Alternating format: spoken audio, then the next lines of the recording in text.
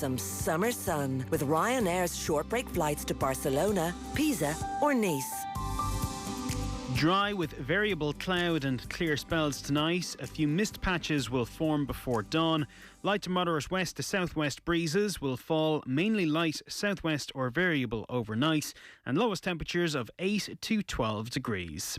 And now you're up to date on News Talk. The Newsround on Off the Ball. With UPMC Orthopaedic Care. When things don't move, rotate or bend like they used to, choose us to help you get back in action. This is News Talk. Good evening, you're welcome along to Tuesday Nights Off the Ball. It's Eoin here with you until 10 o'clock this evening. Busy show coming your way over the next 3 hours. We're going to kick things off at 7:30 with Darren O'Sullivan talking to us about the All-Ireland Women's Final on Sunday. Dublin, comfortable winners against Meath in the end. 10 points was the margin at full time, and 7 All-Ireland titles now for Dublin. From 8 o'clock, Brian O'Driscoll will be in studio with us to reflect on the 2025 Lions Tour to Australia. Getting into studio was a bit of an achievement. He was in Sydney on Saturday in the pouring rain alongside Michael Cheika. So a semi-jet-lagged Brian O'Driscoll might be the case, but sharp as ever, I can tell you, from 8 o'clock. And then from 9 o'clock, we'll be joined by Irish weightlifter Simon Kirtland here in studio as well to tell his pretty extraordinary tale. His life story is incredible. He was in an extremely dark place in his life before discovering weightlifting, and that just pulled him to a place where he was much happier in his life, to say the very least, and he's got an incredible perspective on what sport represents in terms of masculinity and in terms of society as well. So a very, very interesting chat with Simon coming up between 9 and 10 tonight. Our number is 0879 180 180, and you can get us on WhatsApp there. Cameron Hill, how are you? Not too bad, Eoin. How are you? Very well. Michael McCarthy, how are you? Eoin, how are you? Good. I'm not quite sure if getting from altogether now to here is actually a tougher journey than getting from Sydney to here. We'll find out after 8 o'clock who will be the more strung out individual, me or Brian O'Driscoll. Yeah, it's not that the journey is tougher, it's the state you're in when you embark on the journey that might be the problem. Well, I mean, that you seem to be casting aspersions there, Michael McCarthy. Yeah, wow. Yeah, exactly. The state Brian O'Driscoll was in getting on that plane in Sydney was an absolute disgrace.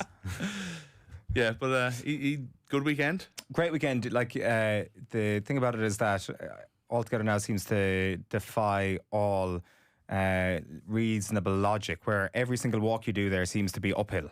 I don't know how it's possible, but there wasn't a single downhill jaunt over the course of the weekend, particularly trying to get to the furthest away car park, which was where my friend was giving me a lift home from on yesterday morning it was. So I'm legs still a little bit tired after that. I mean, if any of the British and Irish Lions players say that they're tired after their 6 weeks, Please. They ain't got nothing on us. What do they know? Yeah, what do they know about fatigue and injuries to the body? Yeah. Heart bleeds, I have to say, yeah. Mm-hmm. You know, we... Absolutely. The rest of us that held down the weekend here in usual boring lives, humdrum, bouncy castle this weekend. Oh yeah, at home. Yeah. Oh, what are we talking here? Like a standard or big slide? I don't know the ins and outs of the bouncy castle. Well, I mean, world. it would have been obvious. Standard. It was a castle. You know? What was the occasion? It was a kind of the original birthday bouncy castle had to be cancelled because of a storm back earlier in the year, so it was promised for the summer. Deferred. This was the random weekend in the summer where it came on. But I've said I haven't been on a bouncy castle in many years. Some would suggest that I probably should not go back on a bouncy castle, but a bit of fun. Yeah. Shoes My off? calves aren't as sore as yours are, I'm sure. Yeah, you have to have your shoes off, of course. Yeah, I didn't think we'd actually be talking about this. Don't know how I've ended down this path. But good fun, you know. Yeah, but not as good, I'm sure, as altogether now. No, thank you very much to everybody who came out and watched Off the Ball at the Go Loud Lounge over the course of the weekend. Everybody was very well behaved. Controversial crappy quiz. Almost decided in athletic fashion. Of course, you know, I had a quiz written, and the contestants were Ger, Cullum, and Nathan. And shock horror, they decided to hijack the entire quiz and take it away from the person who had spent hours writing the quiz during the week. And they were like, no, we're not accepting your format on this thing. We're just going to go our own direction. And Nathan called up 2 contestants who were there to face off in a foot race to see who would actually win it on behalf of the tie-broken contestants. All right. Inspired by Charlene Mosley. Yes, and you would imagine. Nathan was like to one of the contestants, is your name Charlene? And she said, no, but my name is actually Charlotte. And it was pretty close. They called it a draw afterwards in terms of the race, and I was like, okay, you want to just keep this thing going for an extra 5 minutes. I get it. But Kathleen had her arm out, and whoever got her hand at the first would be the winner, obviously. And she says that they literally slapped her arm at the exact same second. So it was a dead heat in this 100-metre race. So that was also uphill. Their calves are also absolutely broken over the course of the weekend. So that didn't manage to suss things out. I did make a big play here on Thursday about how I had one very good quiz question that was going to be asked. Oh, yeah. And loads of people, at least two, came up to me over the course of the weekend saying, I couldn't actually make it on Friday. What was the good quiz question? So I can officially reveal, I might have overrated a touch. The quiz question that I asked on Friday at the quiz was, how many pints would you fit into Sam Maguire? All right, you have the actual. I have the actual answer. We might reveal it at 7:30 before we go to ads, but get your guesses in. Not as many as you think, I bet you. There you go. 24. 24. Cameron's been thinking about this for a while, and I've also revealed the answer to Cameron, so he's not allowed am to I guess. close? My original guess was 29. Okay, fair enough. You're not too far away. Not way off. You're not too far. You have undershot the runway. Have I? Yeah, I would have thought that like a pint's a decent amount, you know. Now, I thought I had this brainwave walking home from work last Tuesday. I was like, that'd be a great quiz question. And then I Googled dimensions to Sam Maguire, and the top result was at the Reddit Ireland page. Somebody 9 hours ago, how many pints do you think would fit into Sam Maguire? So clearly a really unoriginal question. You came to the whole idea independently. Yeah. Well, I promise you, I actually did. Like when Pete out of Mad Men invented direct marketing. Yes. Someone else had already come up with the idea, but he thought of it independently. It's only a matter of time. Now, I'd love to actually test this out. As I say, I will give you the answer there in 20 minutes' time, but I'd love to actually know if this matches up mathematically. You are taking one slight assumption with the maths, because you're assuming that it's a half sphere when you do it all together. Of course, this is very interesting, explaining the mathematical equation behind finding out the volume of I Sam can see Maguire. why a race was then opted for the tiebreak. One thing I noticed from the many Instagram posts that you and others put up from the place that I wasn't at was everybody's wearing very, very cool football jerseys. And then actually having taken that in and noticed it, and obviously a lot of Fontaine's, Bows jerseys and so on, but other jerseys and stuff like that.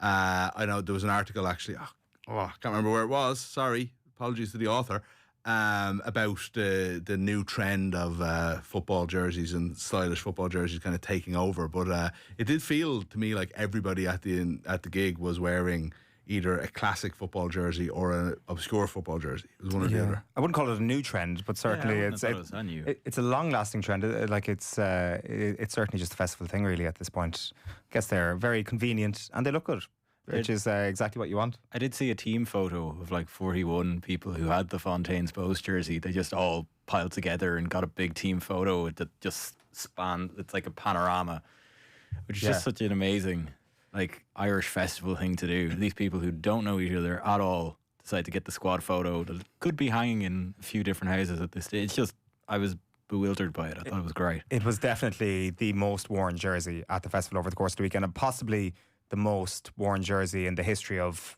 any Irish festival was Fontaine's Bows jersey. Big applause to people who were wearing it on Saturday and Sunday, given Fontaine's played on Friday. Either a limited wardrobe or multiple Fontaine's Bows jerseys. Yeah, or we're trying to be cool and didn't want to wear the gig. You don't want to wear the merchandise at the gig of the band. Yeah, let's try hard. The musos I know are very, very against that. Joe Soaps like me will just, whatever. Like, obviously, where else would I wear my Bruce Springsteen t-shirt but to my Bruce Springsteen concert? Yeah. I don't actually have a Bruce t-shirt. You can let us know your guesses to that quiz question. Our number, as I say, is 0879 180 36. 36 is Mick's updated answer. And the Newsround is with UPMC Sports Surgery Clinic. When things don't move, rotate, or bend like they used to, choose us to help you get back in action. You're going to kick things off today, Cameron, with the rugby. Yeah, we'll tie a bow on the Lions tour and the Australian perspective, because they've scrapped the law which restricted how many overseas-based players can represent the Wallabies. The so-called Gitto law limited selection of overseas players to those who earned a set number of test caps or served a minimum period for Australian rugby super rugby teams before leaving. I think that was amended to 30 test caps back in 22, but now it's completely gone. So head coach Joe Schmidt will favour players at one of their 4 Super Rugby franchises if they are, quote, of equal calibre to an option outside their borders. La Rochelle second row Will Skelton and Ulster-bound prop Angus Bell were among the overseas players to have played their part in the summer tour of the Lions. Former Waratahs head coach Matt Williams joined Off the Ball breakfast this morning, and he outlined just how beneficial the tour has been for the game in Australia. More people paid money to go and watch this Lions tour than any Lions tour in history. More people went to the Melbourne Cricket Ground to watch a game of rugby than any time in the history of Australia, and the biggest crowd the Lions have ever drawn. These numbers and the numbers on TV and the money it generated, this has bailed Australian rugby out of the red. We were so financially broken that at times I was getting whispers from some guys I know, pretty high up in Australian rugby who were not sleeping at night thinking that they were becoming close to insolvent. And they certainly had to get a big loan off World Rugby to keep going. This has saved them. Like, in so many ways, this has saved them. And the Lions kept saying, but what about South Africa? We should be going to New Zealand. Like, when you went to Brisbane Airport, there were thousands of Lions supporters lining up the flight of Cairns and the Barrier Reef, right? There's a whole lot of things about a Lions tour that are just not about the rugby for the supporters. But a Lions tour is for Australia. The next one is for South Africa. The next one is for New Zealand. And the rugby was great, but they really missed an opportunity to engage with the people off the field and leave a legacy that, like Willie John McBride's team could have left, or did leave in South Africa. There was a legacy to be left here, and they probably missed part of that beat. Matt's perspective on this has been fascinating because it's a completely different view to certainly my view of this, which has been experienced through a television, through, well, maybe not podcast, because a lot of podcasts have featured voices in Australia. But certainly my experience is sitting down at 11 a.m. on Saturday morning or Wednesday morning and watching this thing happen on the other side of the world. So it's been completely devoid of the colour, the atmosphere, the immersive experience that comes with actually being at this event. So I'm looking at it in a very different way and looking at it coldly. I'm looking at it as how good are the test matches, how good are the warm-up matches, and how good is the press conference bants, for lack of a better phrase, around this. Like, where's the Razzie Erasmusness of it all, the controversy, the spice that gets thrown into it, and all of that was lacking from this tour. And I'm not saying that that's good or bad for rugby, what Razzie did in 2021. Certainly it didn't have the test match experience because of the lack of fans at the grounds. But it felt quite a forgettable tour, with the exception of Test 2. Now, if you're down there, if you're an Australian rugby fan, you're at the stadiums, it's now become clear to me that the experience has been totally different, and maybe we should make some allowances for that. I think, but you have to, from our perspective, that's probably true. Even though we had 3 really, really good tests, or compelling tests, if you count the Argentina game that took place here. Which you don't. But maybe if... It felt, I saw a lot of commentary on this that it's only getting going. Like, Australia looked like they're right at the races again. It was a dog of a game on Saturday. It was really hard to watch despite the kind of aggro that was going on, and you just enjoy Will Skelton doing Will Skelton things. But it felt like the big talking point has been, why did they only have one warm-up game? If Australia had 2 games under their belt, suddenly that's a really good series, whereas it feels like it's like the end of Sopranos, where it's just faded to black all of a sudden. Like, there's been no satisfying conclusion to this. Spoiler alert. Yeah. If someone doesn't know that at this stage, I really don't know what to make of it, because I was just underwhelmed by the rugby, and it's not necessarily Australia's fault. I don't know whether the concept might be tired, or, maybe you get to a stage where you've seen it too many times and the novelty is gone. So even though it's every 4 years, it's not that exciting anymore, or something like that. So the thing, Matt's points about the crowds, and maybe it's an event junkie thing, but what harm is that as well? Do you know what I mean? And it's a great place to go. So, there's an awful lot of British and Irish there that will go to the games. The locals will buy into the jingoistic aspect of it and so on, and will get into it even if they're not rugby fans. And I think the tour makes a fortune in Australia, more so than it does in New Zealand or South Africa. So, not that the economics of the Lions bother me too much, but there's lots of positives to it. It just didn't grab us, I would think, and I think that's okay. You know what I mean? I feel like there's a lot of anger out there. if something isn't interesting, it's not interesting. Do you know what I mean? And that, like, I feel like that we're in the majority that just did not fully buy in or enjoy this Lions tour, which I have done in the past. It was better than 2021. I don't care how much, spicy press conference Razzie gives. That's the worst Lions tour of all time, and it's not just because there was no crowds. The games were terrible. The feeling around the tour, it was obviously one too many for Gatland.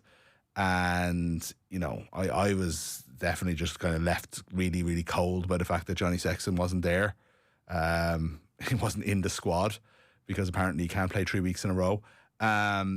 So like it was better than that, but it didn't save the Lions tour the way the 97 tour did, or the way, maybe the 09 South African tour did. It wasn't one of those. It wasn't this kind of redemptive Lions tours the way you would hope maybe after 2 poor tours in a row that that New Zealand in 4 years will be. Is it like a breaking point? It could be, but they've been saying that for every few years for 100 years. But this whole idea of all the talk being this is the biggest game that these players will ever play in, and they've dreamt their whole lives for playing, and that might be absolutely true. Again, if you don't, as Matt said earlier on breakfast, if you haven't laced up your boots or played in a test match arena, you mightn't get this. So I'm coming from that perspective. But is it the game you really plan for? Are you sure World Cup final, quarter-final, semi-final isn't bigger than this? And it started to feel a little bit stale that this is the greatest thing. Like the line where Miles Harrison talks in the first test about, I think Australia are on the Lions 5 metre line, pounding away, and it's like they're about to maybe score a try unless the Lions hold out.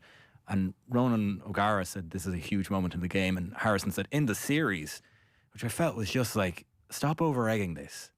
It's a game, if you just let the picture breathe and let something like Melbourne happen on its own organically, then it becomes compelling. But egging it on to this insane level of hype can't be helpful. Well, I do think the line about this being the highest level that players have reached, I think that's true, because it's the hardest squad for any player to make because of the numbers and the quality going for it. In terms of the best opposition you'll ever play or the biggest honour, that's up for debate. I do think some of the quote-unquote hype that's out there, I think is kind of natural. Like if I was in Australia at this tour, covering every single game or at every single game as a fan, I've no doubt I would have been carried away with the buzz of it all, because by all accounts, Australia is the best touring country of the 3 on the roster.